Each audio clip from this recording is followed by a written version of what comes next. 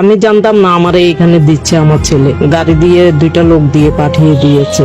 ছেলে বিদেশ থেকে লেখাপড়া করে আসছে, তারপর জাহাঙ্গীরনগরে মাস্টার্স শেষ করছে, জিওলজি থেকে ফার্স্ট ক্লাস ফার্স্ট।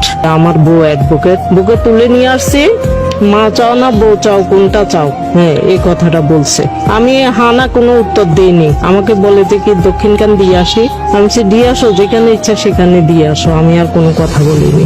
আমার 3 মেয়ে মারা গেছে, হাজবেন্ড মারা গেছে 2013-তে। আমার স্বামী মারা যাওয়ার পরে আমার ছেলেও আমাদেরকে বেশ 12 বছর পর্যন্ত টেক কেয়ার করছে। বুকে এই 2 বছর তুলে নিয়ে আসছে, আর আমার এখানে স্থান।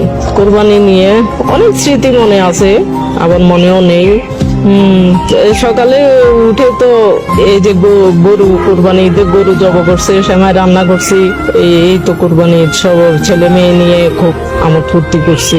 এই তো জীবন গেছে আমাদের।